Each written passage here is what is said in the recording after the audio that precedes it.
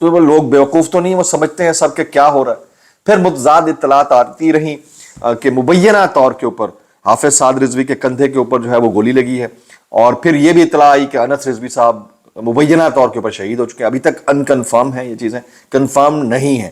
پاکستان تحریک انصاف اس کے اوپر سخت آواز اٹھا رہی ہے, جبکہ ٹی ایل پی بہت بڑے کلیمز کر رہی ہے کہ مبینہ طور کے اوپر 300 کے قریب شہادتیں ہو چکی ہیں. یہ ٹی ایل پی کلیم کر رہی ہے. ہمارے جو بے غیرت صہیونی میڈیا کی اصلیت دیکھیں تو وہاں پر آپ کو سب اچھا دکھائی دیتا ہے, ایک ٹکر تک نہیں چلا. بالکل من آن ویسے ہی جیسے ڈی چوک کے اندر واقعہ ہوا تو خاموشی اختیار کر لی گئی تھی, مرید کے اندر واقعہ ہوا تو بھی خاموشی اختیار کر. اچھا میسج کیا ہے؟ میسج یہ ہے کہ صحافیوں کو جب کریک ڈاؤن کے ذریعے, ابڈکشن کے ذریعے, ایف آئی آرز کے ذریعے اور نوکریوں سے برطرفی کے ذریعے سیٹ اسائیڈ کیا گیا, کوئی نہیں بولا. سیاستدانوں کو ان کے گھروں پر چھاپوں کے ذریعے, خواتین کی تذلیل کے ذریعے, ان کی گرفتاریوں کے ذریعے, ان کی جو خدمات ہیں ان کی خدمات کی تبدیلی کے ذریعے اور ان کی ہمدردیوں کی تبدیلی کے ذریعے ان کو سیٹ اسائیڈ کیا گیا, کوئی نہیں بولا. وکلا کو خریدا گیا, ان کی بار کاؤنسلز کی جو ہے جئی تھی ایک کر دی گئی, ان کے اوپر پیسہ پھینکا گیا, ان میں سے کئیوں کو مار پڑی. وہ جو سپریم کورٹ میں کھڑے ہو کر قاضی فائزہ کو ٹھیک ٹھاک سنا کے آئے تھے ان کو کٹاس پڑی. اس طرح بہت سارے لوگوں کو اس کے اوپر کوئی نہیں بولا, چپ. ججز کے ساتھ یہ ہوا, پوری عدلیہ کو بلڈوز کر دیا گیا 26ویں آئینی ترمیم کے ذریعے, کوئی نہیں بولا. پیچھے ایک واحد ایلیمنٹ بچ گیا تھا, اس ایلیمنٹ کا نام تھا ریلیجیس ایلیمنٹ, جو کہ بہت سینسٹیو ہے پاکستان جیسے ملک کے اندر. اب میں سوال پوچھنا چاہوں گا محترم جناب منیب فاروق صاحب سے, جو جعلی ڈگری کے اوپر, مبینہ جعلی ڈگری کے اوپر تو مذمتی بیان دینے کے لیے چل پڑے تھے, کیا انہیں سعد رضوی صاحب اپنے مکتبہ فکر اور قبیل کے بندے نہیں لگتے جو اسرائیل کے خلاف کھڑے ہو کر بات کرنا چاہ رہے تھے؟ کس پوائنٹ پہ بات کرنا چاہتے تھے اس کے اوپر آپ کو اختلاف ہو سکتا ہے, لیکن کر تو رہے تھے, اس کے اوپر آپ ایک بھی مذمتی بیان نہیں جاری کرتے. مولانا طارق جمیل صاحب کدھر ہیں؟ مفتی تقی عثمانی صاحب کدھر ہیں؟ علامہ ابتسام الہی ظہیر صاحب کدھر ہیں؟ باقی علماء کرام کدھر ہیں؟ ہمارے باوثوق ذرائع سے لوگ یہ ہمیں بتا رہے ہیں کہ حافظ سعد رضوی صاحب جس وقت کنٹینر کے اوپر لیٹ کے اعلانات کر رہے تھے, اس وقت وہ ٹیلی فون کے اوپر رابطہ کرنے کی کوشش کر رہے تھے تمام علماء کرام سے کہ وہ ان کا ساتھ دیں, کسی نے ان کی کال ہی نہیں اٹھائی, انٹرٹین ہی نہیں کیا.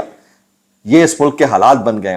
تو ایک ریلیجیس جو ایک پاور سیکٹر تھا اس کو بھی بلڈوز کر دیا گیا ہے. پیچھے اب بچ گئے ہیں صرف عوام. اب عوام کو کبھی انٹرنیٹ سے محروم کر دیا جاتا ہے, کبھی ان کی من پسند آواز سننے سے محروم کر دیا جاتا ہے, کبھی حالات ان کے لیے اتنے مشکل کر دیے جاتے ہیں کہ وہ کچھ بول ہی نہ سکیں.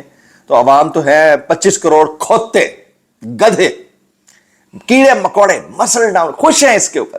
وہ کہتے ہیں, میں نے ایک کتاب پڑھ رہا تھا, اس میں لکھتی ہے کہ سب سے مشکل کام یہ ہوتا ہے غلام کو بتانا کہ تم ایک غلام ہو, اس کو یہ کنونس کرنا کہ تم ایک غلام ہو, تمہاری زنجیریں جو بندھی ہوئی ہیں تمہیں غلام بنا کے رکھے ہوئے. سب سے مشکل کام ہے کسی غلام کو یہ کنونس کرنا کہ تم ایک غلام ہو, اور یہ حالات ایسے بنا دیے گئے ہیں. بہرحال اب اگلے 18 گھنٹے کے لیے انٹرنیٹ شاید تعطل کا شکار رہے یا بالکل ہی بند ہو جائے. یہ کسی بڑے پیش خیمے کا خدشہ ظاہر کرتا ہے. ہو سکتا ہے کہ ایک بہت میسو قسم کا کریک ڈاؤن ہو جس میں تمام بڑی جو شخصیات ہیں ان کو اٹھا لیا جائے جو کہ پرو پیلسٹائن بات کر رہے ہیں, یا پھر اس اکارڈ کے اگینسٹ کھڑے ہوئے ہیں, یا پھر وہ بابا قوم کے فرمودات کے ساتھ کھڑے ہوئے ہیں, یہ ہو سکتا ہے. یا پھر پورے کے پورے جو سسٹم کا بوریا بستہ ہے اس کو ہی لپیٹ دیا جائے اور پھر وہ اپنی من پسند سسٹم کو لایا جائے. یہ بھی ہو سکتا ہے. یہ بھی ہو سکتا ہے کہ یہ جو ریلیجس کلٹ جس کو نام دیتے ہیں, میں تو اس کو ریلیجس فالوورز کہتا ہوں, ریلیجس فالوورز کو جو ہے بلڈوز کر دیا جائے 100%, تاکہ کل کو سر نہ اٹھا سکیں, سر کچل دیا جائے.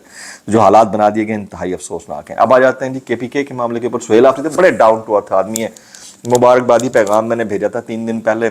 ظاہر میرے گھر میں فوتگی ہوئی تھی تو میں پھر ٹریول بھی کرا تھا 10 چیزیں, تو اس وقت تو نہیں بن سکا معاملہ. جس وقت ان کو نامزد کیا خان صاحب نے اس وقت میں بھیجا تو ان کا جواب فوراً جمیل بھائی آپ کا بہت بہت شکریہ, میں آپ کا ممنون ہوں. اور مجھے فالو بھی کر رکھا تھا تو ان نوئنگلی خیر میں نے ان کو فالو بیک دے دیا بعد میں دیکھ کے کہ یار یہ اتنا بڑا آدمی ہے, اللہ تعالیٰ ان کو جو ہے نا ان کے اس عاجزی کے اوپر بہت کامیابیاں دے. اب اس وقت جو سچویشن ہے, جناب سہیل آفریدی صاحب نے کنٹیسٹ ون کر لیا 90-0 سے, لیکن ابھی ایک ٹیکنیکل پوائنٹ ہے. گورنر نے ابھی تک استعفیٰ منظور نہیں کیا. ڈی نوٹیفائی علی امین گنڈا پور کو نہیں کیا گیا. علی امین گنڈا پور نے گریس شو کر دی ہے کہ وہ جو ہے وہ وزارت اعلیٰ کے لیے سہیل آفریدی کے ساتھ کھڑے ہیں, ان کے ساتھ بیٹھ کر انہوں نے تقریر بھی کر دی اور یہ بھی کہہ دیا کہ میں استعفیٰ دے چکا ہوں. اپنے اوپر سے انہوں نے تمام ملبہ اٹھا کر پھینک دیا گورنر کے اوپر, لیکن گورنر کے پاس ایک ابھی بھی آپشن موجود ہے کہ وہ ڈی نوٹیفائی نہ کرے. جب تک پریویس سی ایم کو ڈی نوٹیفائی نہیں کیا جاتا, نیکسٹ سی ایم کے لیے نوٹیفیکیشن جاری نہیں ہو سکتا, نہ وہ حلف لے سکتے ہیں. آلریڈی اسمبلی اسپیکر نے بھیج دی ہے کہ ان کا حلف لیا جائے سہیل آفریدی صاحب کا گورنر کو, لیکن گورنر جو ہے, اب دیکھیں یہ ایک سسٹم ہے نا, یہ رولز آف گیمز ہیں, یہ بے غیرتی ہے, یہ بے شرمی ہے, یہ بے حیائی ہے, اور پیپلز پارٹی اس کے ساتھ کھڑی ہوئی ہے. یہ رولز آف گیمز جو ہے اپنی مرضی سے جب چاہے ڈیلے کر دیا جائے, جب چاہے. یہ اسی کا رونا تو میں رو رہا تھا جو کہتے تھے نا بائی بک, کون سی بک بھائی, اس ملک کے اندر کوئی بک رہ گئی ہے جس کو آپ فالو کریں گے؟ تو اس کو میں دیکھ رہا تھا. اچھا اب میں آ جاتا ہوں کہ سہیل آفریدی صاحب نے خطاب کیا کیا. وہ کہتے ہیں پاکستان کے سب سے بڑے اور سب سے بہادر صحافی ارشد شریف کو خراج تحسین پیش کرتا ہوں, جس نے شہادت تو قبول کی لیکن اصول سے پیچھے نہیں ہٹا. الحمدللہ میں احتجاجی سیاست کا چیمپئن ہوں کیونکہ میرے پاس کھونے کا کچھ نہیں ہے. جس دن میرے لیڈر نے کہا میں وزارت اعلیٰ کی کرسی کو لات مار دوں گا, میرے لیڈر کی طرف سے کوئی بھی کال آئی سب سے آگے ملوں گا آپ کو. کوئی یہ نہ سوچو اس منصب اور شاہانہ زندگی کو دیکھ کر میں اپنے مقصد سے پیچھے ہٹ جاؤں گا, یہ آپ کی بھول ہے. میں پاکستان کی سب سے بڑی اسٹیبلشمنٹ پاکستان تحریک انصاف کے سوشل میڈیا کا شکریہ ادا کرتا ہوں. پھر کہتے ہیں نہیں مروں گا اب کسی جنگ میں, یہ سوچ لیا اب کی بار عشق عمران میں مارا جاؤں گا. یہ بہت زبردست سپیچ کی انہوں نے, صحافیوں کو خاص طور کے اوپر کریڈٹ دیا کہ میں پاکستان کے ان صحافیوں کو, سب صحافیوں کو خراج تحسین پیش کرتا ہوں جنہوں نے مشکلات برداشت کی. یعنی ہم جیسے جو لوگ نوکریاں قربان کر کے بیٹھے ہیں, جیلیں کاٹی مگر حق کی بات سے پیچھے نہیں ہٹے, یہ بہت زبردست انہوں نے کام کیا. ابھی دیکھتے ہیں کہ آنے والے دنوں کے اندر اس کے اندر سے کیا نکلتا ہے, کیونکہ ابھی جو ہے سچویشن اتنی ایزی نہیں ہے. یہ جو ٹائم بائی کیا گیا نا 7-8 دن کا, یہ ٹائم بائی ایسے نہیں کیا گیا. اب یہ بھی امپریشن دے دیا کہ دیکھیں جی کنٹیسٹ تو ہو گیا, وہ ون کر گئے تھے, لیکن ایک لیگل لکونہ ہے, کانسٹیٹیوشنل لکونہ ہے کہ گورنر جو ہے وہ ڈی نوٹیفائی نہیں کر رہا, تو ہم تو اس کو فالو کریں گے. اس اتنے بیچ میں پھر کوئی کورٹ بھی آ جائے گی, کوئی 10 مسئلے, کوئی ٹرائبونل آ جائے گا, کوئی الیکشن کمیشن آ جائے گا, پتہ نہیں کیا کیا کچھ ہو سکتا ہے اس ساری سچویشن کے اندر, کیونکہ آپ کو وہ بندہ پسند نہیں ہے. ایک طرف ہم کہتے ہیں کہ سیاست سے اپنا کوئی تعلق نہیں ہے, دوسری طرف ہم کہتے ہیں کہ بندہ نہیں کیونکہ اچھا تو اس کو آنا بھی نہیں چاہیے. یہ ہماری سرکار کا, اس وقت کی سرکار کا بیانیہ ہے.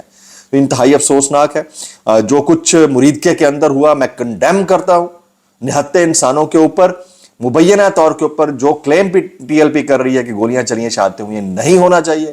یہ ڈی چوک میں بھی نہیں ہونا چاہیے تھا, یہ خان صاحب کے دور میں جب وزیر آباد کے اندر ہوا تھا اس وقت بھی نہیں ہونا چاہیے تھا, خود خان صاحب کے اوپر جو وزیر آباد کے اندر حملہ ہوا تھا وہ بھی نہیں ہونا چاہیے تھا, بینظیر بھٹو کے اوپر جو حملہ ہوا تھا وہ بھی نہیں ہونا چاہیے تھا. اس کی میں ہر حال میں مذمت کرتا رہوں گا, آج بھی کر رہا ہوں, کل بھی کروں گا. ظلم جو ہے نا اس کو مٹ جانا چاہیے. میکسیمم کامنٹس کیجئے گا جو ٹی ایل پی کے ساتھ ہوا ہے اور جو کے پی کے وزیر اعلیٰ آئے ہیں, میکسیمم کامنٹس. میں کوشش کروں گا کہ ولاگز میرے ریگولر بیسس پہ آج بھی ہوتے رہیں, لیکن کیونکہ 11 بجے کے بعد سے انٹرنیٹ ڈاؤن ہو جانا ہے, یہ میں یہاں پر کلیئر کر دوں, 11 بجے کے بعد سے انٹرنیٹ ڈاؤن ہو جانا ہے, تو اس لیے میں اس ولاگ کو بطور ایمرجنسی ولاگ کرنے جا رہا ہوں. ہاں ایک بات میں کہنا بھول گیا کہ بازی پلٹ گئی ہے. وہ یہ ہو سکتا ہے کہ ظلم کی ایک حد ہوتی ہے نا, ٹھیک ہے, حجاج بن یوسف کے ظلم کی بھی ایک حد تھی, شداد یزید فرعون کے ظلم کی بھی ایک حد تھی. آخر میں جا کر وہ ظلم ختم ہوتا ہے. صبح نے طلوع ہونا ہوتا ہے, سورج نے طلوع ہونا ہوتا ہے. یہ اگر کوئی کہتا ہے کہ نہیں ہوتا تو وہ اپنے دماغ کا علاج کرا لے. ایک حد ہوتی ہے, 100 سال ہو سکتا ہے, 1000 سال ہو سکتا ہے, لیکن حد ہوتی ہے.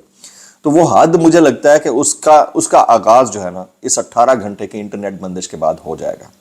وہ حد ختم ہونے لگی ہے, اور سسٹم بھی جو ہے نا ایسے لوتھڑوں کا بوجھ زیادہ دیر تک برداشت نہیں کرتا جو اپنی من مانی کے چکر میں عوام کو بلڈوز کرتے چلے جائیں اور پھر اس کو حق کا نام دیتے جائیں. یہ بہت افسوسناک ہے. جو ہو رہا ہے یہ نہیں ہونا چاہیے.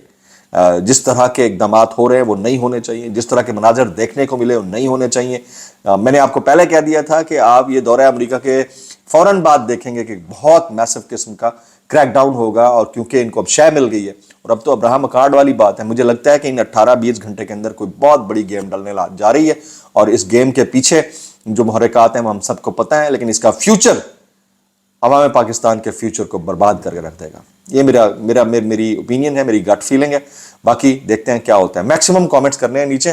اگر انٹرنیٹ ہوا تو یقیناً دوسرا ولاگ ہوگا, ادروائز معذرت. دعاؤں میں یاد رکھیے گا. السلام علیکم ورحمۃ اللہ وبرکاتہ.